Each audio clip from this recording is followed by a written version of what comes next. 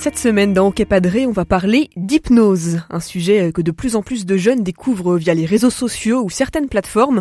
On pense notamment à TikTok, à Discord ou même à Instagram. Sur ces plateformes et ces réseaux, il y a de très nombreuses vidéos devenues virales, comme on dit, qui circulent.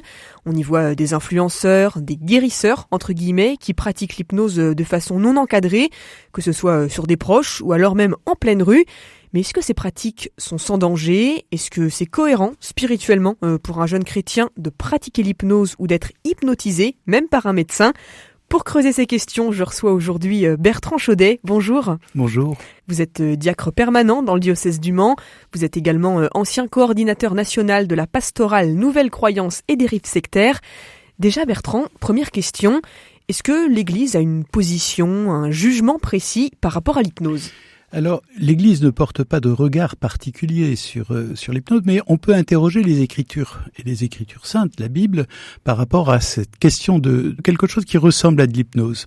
Et ça commence par le serpent de la Genèse. Quand le serpent de la Genèse fascine obnubile pour manger le fruit de la connaissance du bien et du mal, et qu'il fait passer ce fruit comme étant le nec plus ultra pour obtenir la vie éternelle, vous voyez que là déjà on est dans cette fascination hypnotique. Donc cette fascination va continuer dans l'histoire de la Bible à travers donc les événements. Quand Moïse est confronté aux mages de Pharaon, on peut dire que les mages de Pharaon créent aussi des effets hypnotiques qui transforment en apparence le réel en faisant des modifications par rapport au surréel et en faisant en sorte que les personnes y croient. Donc vous voyez cette histoire de l'hypnose, quand on interroge les textes, elle va traverser l'histoire de la Bible, de l'histoire sainte, et donc peut servir de référence à notre réflexion sur ces méthodes-là. Mais l'hypnose en tant que telle, c'est quoi ? Quand elle est pratiquée par les médecins, est-ce qu'on peut dire que c'est une science ? Ah non, c'est pas une science, mais ça crée une dissociation somatopsychique, c'est-à-dire une dissociation, une rupture entre ce que l'on peut ressentir et ce que ressent notre corps. Par conséquent, quand on entraîne une personne dans cette dissociation-là, est-ce qu'il n'y a pas des effets secondaires qui ne sont pas interrogés aujourd'hui parce que on est devant aussi la fascination d'un résultat immédiat parce que ça marche. Ça marche l'hypnose, c'est-à-dire qu'il y a une réelle dissociation somatopsychique. Vous avez un exemple concret pour illustrer ça ? J'ai une des personnes que je connaissais bien qui me disait qu'elle avait accouché sous hypnose d'une petite fille. Et 7 ans après, elle s'interrogeait sur ce qu'elle avait vécu. Effectivement, tout s'était bien passé. Les médecins étaient contents, pas eu besoin de péridurale, aucun problème. Tout s'était passé comme sur des roulettes. Cependant, depuis ces 7 années, elle s'est interrogée sur ces premiers moments qu'elle avait vécus avec sa fille. Et elle se disait, mais quand ma fille est née, c'était une chose. C'est-à-dire que la dissociation somatopsychique que j'avais vécue, donc de non ressenti au niveau corporel, avait entraîné également un non ressenti émotionnel et affectif à l'égard de ce moment si précieux de la première relation avec ma fille, de la prendre dans mes bras. Eh bien, je n'ai absolument pas rien ressenti. Eh bien, ça interroge extrêmement profondément ce que peut entraîner comme effet secondaire non interrogé l'hypnose. Bertrand Chaudet, vous parlez là d'un cas d'hypnose réalisé dans un cadre thérapeutique, hospitalier. En quoi est-ce que c'est différent de l'hypnose de spectacle qu'on peut voir soit sur les réseaux sociaux ou alors sur les plateaux de télé ? Justement, la dissociation entre l'hypnose de spectacle et l'hypnose thérapeutique, et il y en a pas. C'est les mêmes techniques, les mêmes inductions, les mêmes provocations au niveau de cette dissociation, encore une fois, entre le corps et l'esprit, et qui permet de mettre la personne dans une bulle qu'elle prend pour la réalité. Il faut aussi interroger sur le plan historique, épistémologique, au-delà même de l'histoire biblique dont j'ai parlé tout à l'heure, l'interrogation de scientifiques qui ont donné des choses tout à fait pertinentes concernant donc ces applications d'hypnose. Donc si je résume, Bertrand Chaudet, vous l'avez dit, l'hypnose, ça a des effets, une efficacité médicale incontestable chez certains patients, ça soulage la douleur par exemple, mais pour autant, ça peut avoir un impact sur les liens avec autrui.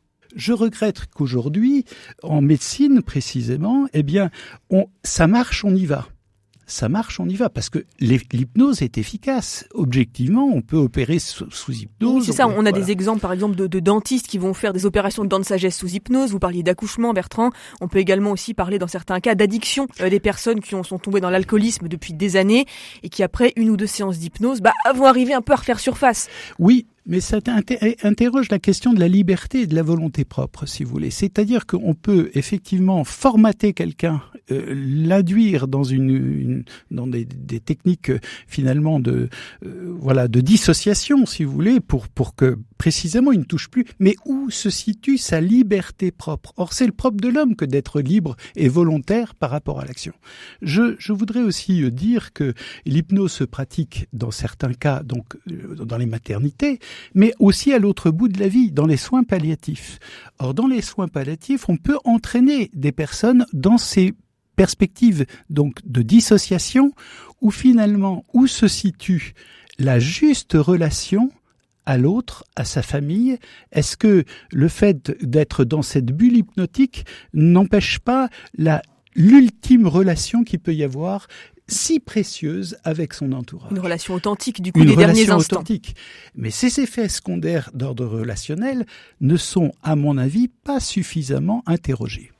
Alors Bertrand Chaudet, vous allez dire que je suis têtu, je reviens toujours à cette question de l'hypnose spectacle, parce que c'est vrai que pour des jeunes, c'est très impressionnant. C'est sympa quand même de se dire qu'on voit à la télé, on parlait de Mesmer, toutes ces personnes qui vont collectivement faire des actions assez comiques, assez cocasses, parce qu'on va leur dire, fermez les yeux, collez vos mains comme ci, comme ça. Quand on est un jeune chrétien, un jeune catho, est-ce qu'on peut aller à ce genre de festivités? Je pense qu'il faut faire très très attention, parce que vous voyez, il y a eu une Miss France qui s'est retrouvée à une mairie d'un arrondissement de Paris avec un inconnu à côté d'elle, avec qui elle devait se marier, si vous voulez. Et la mère a joué le jeu. Mais qu'à l'insu même de notre volonté propre, nous pouvons être entraînés dans des sphères qui correspondent pas à notre désir profond. Mais où est véritablement notre liberté à partir du moment où nous sommes rentrés dans des conditionnements fascinant et obnubilant. Ça veut dire que, à la fois pour les parents qui nous écoutent et pour les jeunes qui peuvent suivre ce genre de vidéos sur les réseaux sociaux, il faut garder une certaine vigilance. Il faut garder la raison, il faut garder aussi notre liberté propre. Quand on passe un examen, c'est le fruit d'un travail et d'une assiduité qui nécessite une volonté. Et ce n'est pas un acte magique. Mais l'hypnose, c'est un domaine qui passionne les scientifiques, les médecins, les experts en sciences cognitives depuis des années, et aussi des particuliers, des gens lambda, comme vous, comme moi, qui décident de se former. En quoi est-ce que ça pose un problème, ça ? Alors aujourd'hui, ce qui est très en vogue dans les milieux médicaux, paramédicaux et autres là, c'est l'hypnose ericksonienne. Or, Erickson lui-même, donc c'était quelqu'un qui avait des problèmes de paralysie, qui avait des troubles moteurs importants et Et donc il a développé ses facultés, j'allais dire, et il le dit lui-même, parapsychique. Il était capable de deviner à l'avance ou de deviner ce qui se passait à l'intérieur d'une personne. Donc, vous voyez, Erickson lui-même était dans une perspective quasi médiumnique.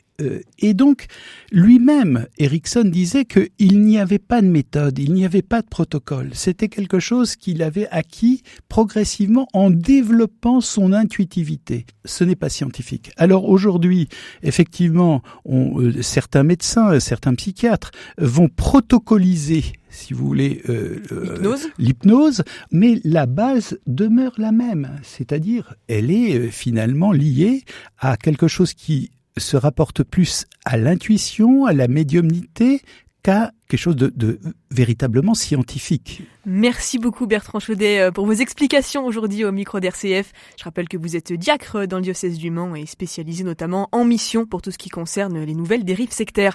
À bientôt, merci. Merci.